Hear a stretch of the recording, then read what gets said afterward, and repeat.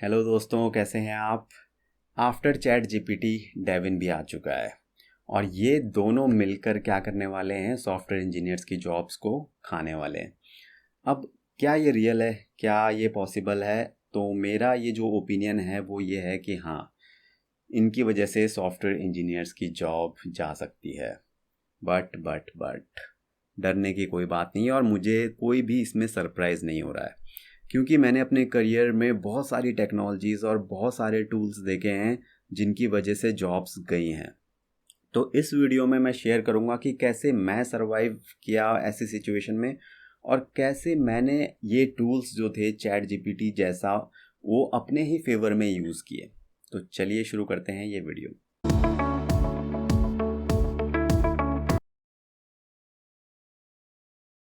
तो चलिए पहले हिस्ट्री के बारे में जान लेते हैं वेब डेवलपमेंट की, कि कौन से वो टूल्स थे जिन्होंने कि सॉफ्टवेयर इंजीनियरिंग जॉब्स थोड़ा खाई हैं।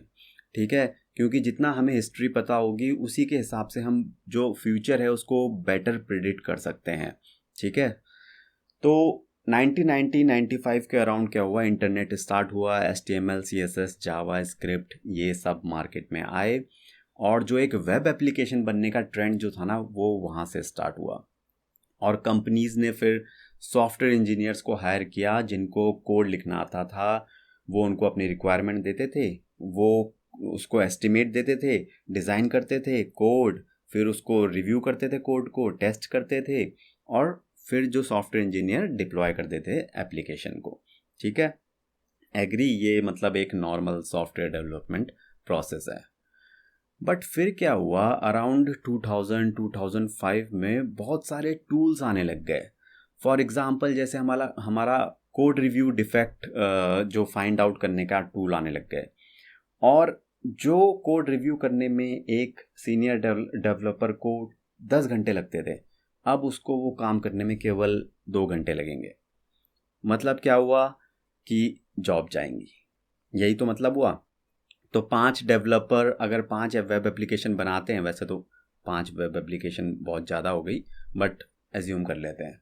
ठीक है, तो अब कम लगेंगे, इसका मतलब 2 या 3 की जॉब जाएगी और 2 या 3 बचे हुए जो हैं वो 5 एप्लीकेशन बना लेंगे, यही बैठता है, राइट। तो हुआ क्या अब कि वो सही हुआ, मतलब अब 5 एप्लीकेशन 2 या 3 डेवलपर हैंडल कर लेंगे। बट जो डिमांड है एप्लीकेशन की, क्योंकि अब लो कॉस्ट हो गई एप्लीकेशन लेस डेवलपर की वजह से, तो वेब एप्लीकेशन की डिमांड डबल हो गई। ठीक है, अब आपको बनानी है 10 वेब एप्लीकेशन। ठीक है, मैं ये टाइम की बात कर रहा हूँ, विद टाइम ही तो वेब एप्लीकेशन बढ़ी है।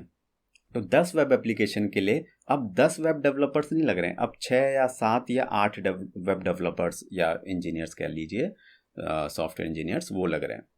तो आप समझ रहे हैं कि एप्लीकेशन का नंबर भी बढ़ा और डेवलपर्स का नंबर भी बढ़ा। तो इस तरीके से चीज़ें हुई।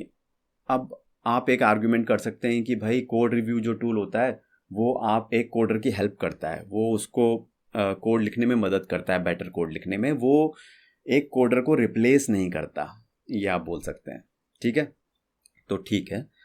बट उसके बाद क्या हुआ, फिर टूल्स आए जैसे CMS tool, project management tool, people management tool, ये जो आप वर्डप्रेस, शॉपिफाई, विक्स, बहुत सारे टूल्स हैं। ये क्या करते हैं, वेब एप्लीकेशंस को ही क्रिएट कर देते हैं विदाउट एनी कोडिंग लैंग्वेज। ठीक है, पता है ना। तो कोडर्स को कंप्लीटली रिप्लेस कर दिया, बट हाँ मतलब स्पेसिफिक काइंड ऑफ एप्लीकेशंस के लिए, हर एप्लीकेशंस में वो नहीं चलते हैं। ठीक है, तो कंपनी ने क्या किया, कस्टमाइज इन टूल्स को लिया, कस्टमाइज किया, थोड़े से डेवलपर्स ही हायर किए और काम हो गया, CMS और सब कुछ सेटअप कर लिया। अगेन ये CMS ने क्या किया, सॉफ्टवेयर इंजीनियर्स की जॉब्स को खाया। ठीक है, बट फिर हुआ क्या, और ज़्यादा जो कॉस्ट है वो कम हो गई एप्लीकेशन बनाने की और नंबर ऑफ़ एप्लीकेशंस की डिमांड बढ़ गई, तो इसलिए सॉफ्टवेयर इंजीनियर्स की भी डिमांड बढ़ गई और मोर हायरिंग होने लगी। ठीक है, ऐसे ही फिर आया ऑटोमेशन टेस्टिंग। उसने क्या किया, जो मैनुअल टेस्टर्स की जॉब थी उनको ख़त्म कर दिया, मतलब ख़त्म नहीं किया, हर चीज़ ने एक कम करके नंबर बढ़ा दिया। जॉब एप्लीकेशंस बढ़ गई, ठीक है, लो कॉस्ट एप्लीकेशन बढ़ गई। तो ऐसा ही होता है, खाली सॉफ्टवेयर इंजीनियरिंग में नहीं होता, कोई भी इंडस्ट्री होती है ना, अगर उसमें कोई इनोवेशन आता है, फॉर एग्जांपल आपकी मोबाइल इंडस्ट्री है, टीवी इंडस्ट्री है, कंप्यूटर्स, लैपटॉप, इनमें जब कोई इनोवेशन आता है तो कॉस्ट कम हो जाती है, यूसेज और डिमांड बढ़ जाती है, तो जॉब्स और एम्प्लॉयमेंट बढ़ जाते हैं। जो इनकी क्वालिटी है, जो आपकी सॉफ्टवेयर एप्लीकेशन की, जो मोबाइल की क्वालिटी है, वो सेम प्राइस में बहुत ज़्यादा हो जाती है, ठीक है।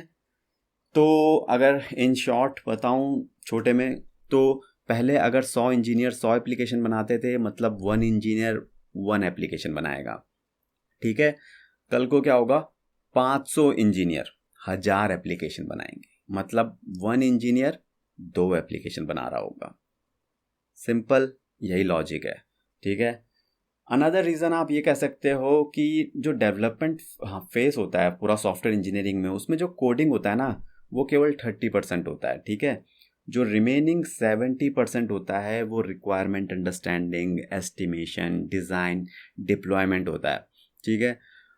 आपका क्लाइंट या कस्टमर किसी भी चैट जीपीटी का कोड उठा के अपने सर्वर्स पे नहीं डालने वाला है, या डेविन की हेल्प लेके डायरेक्टली नहीं डालेगा।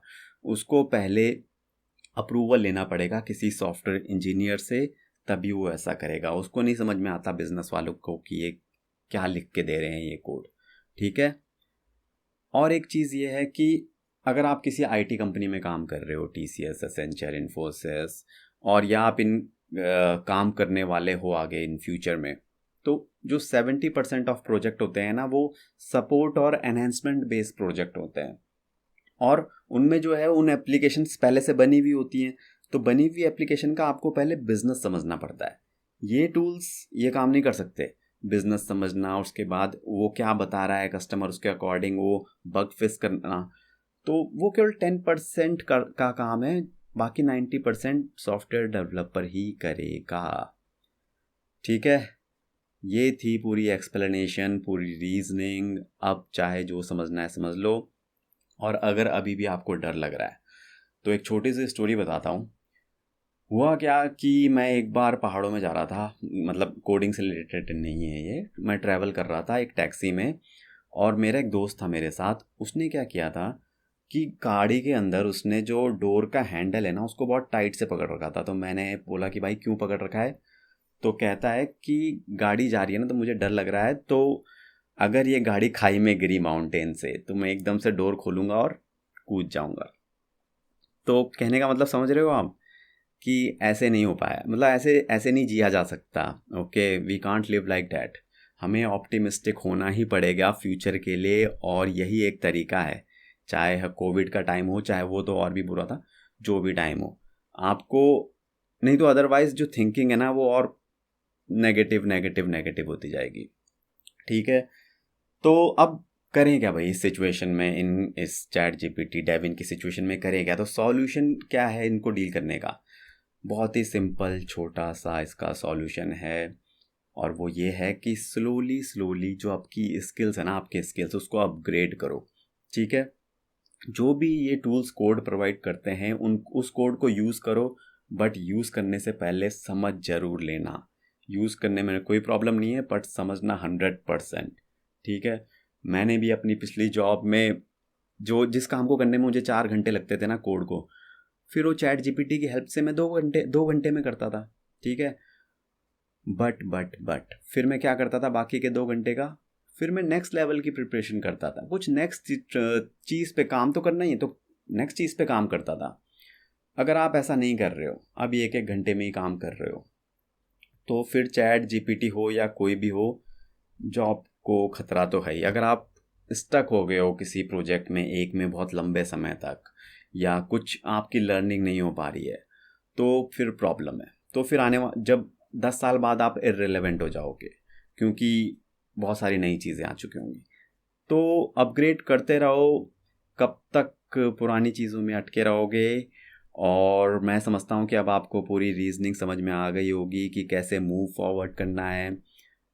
Don't worry, have fun, chill करो लाइफ में, सारा हार्ड वर्क करो और आगे बढ़ो। यही एक रास्ता है और कुछ नहीं।